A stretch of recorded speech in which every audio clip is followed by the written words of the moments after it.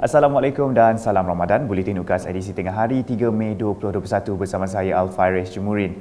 Tumpuan berita, setiap tahun Lembaga Amanah Kebajikan Islam Limbang Lakil akan menganjurkan majlis penyampaian sumbangan Hari Raya Aidilfitri untuk pegawai-pegawai masjid, surau, ibu-ibu tunggal dan anak yatim. Timbalan Ketua Menteri Dato' Amar Awang Tengah Ali Hassan berkata, sumbangan ini bertujuan menghargai sumbangan dan meraihkan golongan asnaf menjelang Hari Raya Aidilfitri di samping mewujudkan keharmonian dalam masyarakat. Lakil akan berusaha untuk menjalankan tugas dan tanggungjawab seperti apa yang diamanahkan. Kita akan bekerjasama dengan jabatan-jabatan yang lain untuk kita nak mewujudkan masyarakat yang hidupnya sentiasa dalam keadaan harmoni di antara satu dengan yang lain, bukan saja antara masyarakat yang beragama Islam tetapi juga dengan masyarakat yang bukan beragama Islam. Kita mahu hidup dalam keadaan yang harmoni.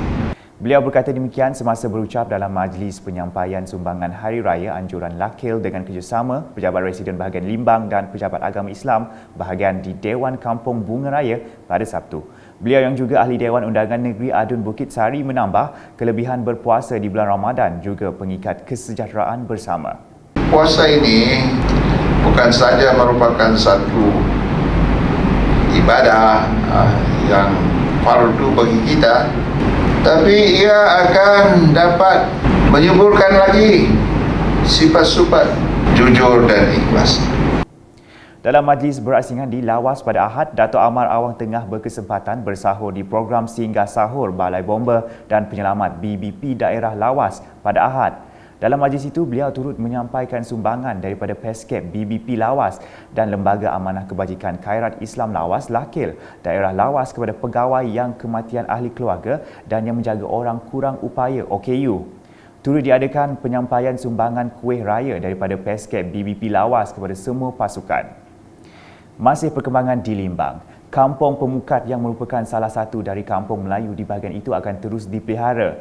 Menteri Muda Pemodenan Pertanian, Tanah Adat dan Pembangunan Wilayah Sarawak, Dato' Dr. Abdul Rahman Ismail berkata beliau bersama Ahli Parlimen Limbang Hasbi Habibullah akan mencari satu resolusi atau kaedah yang terbaik untuk membangun dan memperindah Kampung Pemukat bagi memperjuangkan martabat kampung Melayu yang unik. Dalam pada itu, satu cadangan untuk menaik taraf surau Darul Ehsan Haji Mi'raj Kampung Pemukat menjadi sebuah surau terapung yang indah dan mampu menampung sekurang-kurangnya 200 hingga 300 jemaah pada satu masa akan dirancang bersama Jabatan Agama Islam Sarawak JAIZ bahagian Limbang.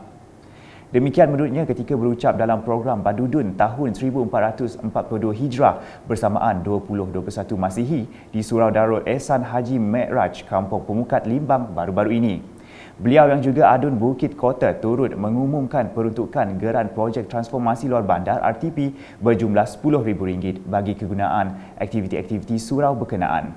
Turut disampaikan sumbangan berupa wang tunai kepada golongan asnaf yang terpilih. Berikut pula mengenai desas-desus yang mengatakan pengambilan vaksin COVID-19 mempunyai kesan sampingan.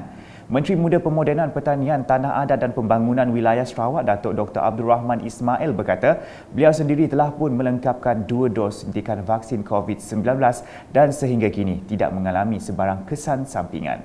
Saya sebagai yang ada pendidikan perubatan, saya memberi galakkan supaya kita mengambil vaksin.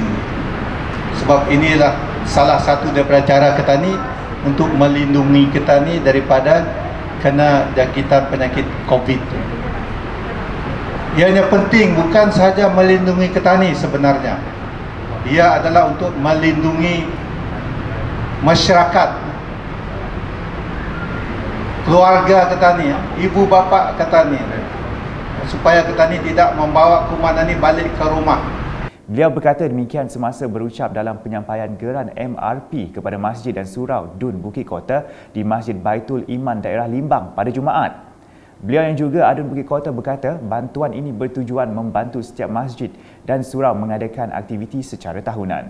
Itu MRP yang ini adalah untuk aktiviti terutamanya waktu bulan puasa ni lah. Kita juga dapat sumbangan daripada Baitul Mal, Ustaz. Sudah bagi? Direct, bank in. Baitul Mal 1,000. Bank in direct. Bagi kita, bagi daripada saya, ada peringkat-peringkat jualan. Bagi surau-surau premis 2,000, bagi surau-surau kampung 3,000, bagi masjid 5,000. Sebanyak 9 buah masjid, 45 buah surau kampung dan 23 buah surau dalam premis menerima geran MRP berjumlah RM240,000.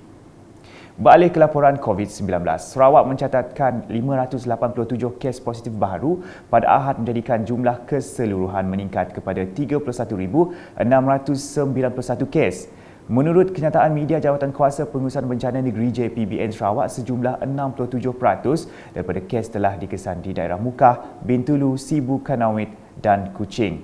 Antara daerah yang merekodkan kes positif COVID-19 adalah seperti berikut.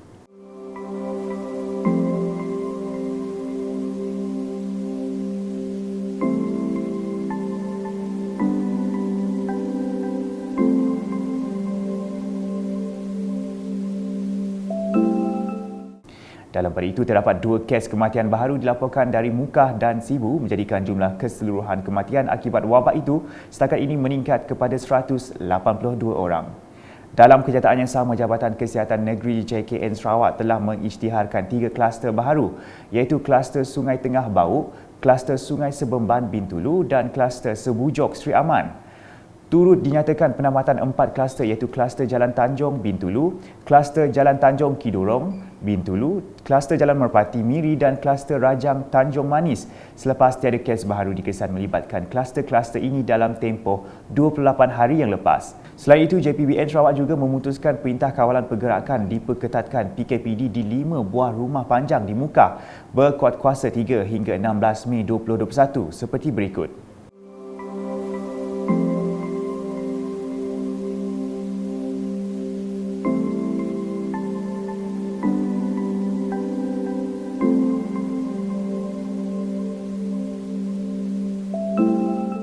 Kenyataan itu turut memaklumkan pelanjutan PKPD 2 buah rumah panjang.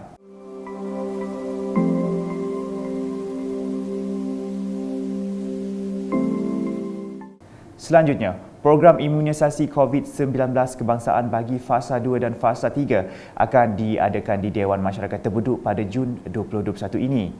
Menurut Dr. Edmund Shin, program itu diharap dapat melengkapkan sasaran Kementerian Kesihatan Malaysia KKM menjelang 31 Ogos nanti. Katanya lagi, setakat ini seramai 17,294 daripada 24,983 penerima telah mendaftar dengan menggunakan aplikasi MySejahtera dan manual. Dalam taklimat persediaan Pusat Pemberian Vaksin PPV Dewan Masyarakat Terpeduk yang diadakan di Bilik Mesyuarat Pejabat Residen Serian pada Sabtu, beliau memberitahu program imunisasi tersebut dijangka akan mengambil masa 87 hari sekiranya kapasiti suntikan sehari adalah sebanyak 400 dos dan akan melibatkan seramai 35 petugas yang terdiri daripada staf kesihatan dan sukarelawan.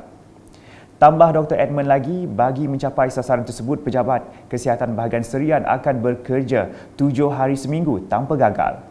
Justru beliau memohon semua agensi terbabit seperti Pejabat Daerah Terpeduk, Klinik Kesihatan Terpeduk, Majlis Daerah Serian, Jabatan Sukarelawan Malaysia Rela dan Badan Sukarela untuk tampil membantu KKM supaya program imunisasi COVID-19 kebangsaan ini berjalan lancar.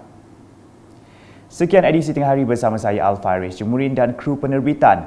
Berita lebih lanjut boleh didapati di semua platform media sosial UKAS termasuk portal ukas.sarawak.gov.my dan pastikan anda subscribe UKAS channel di YouTube. Salam UKAS.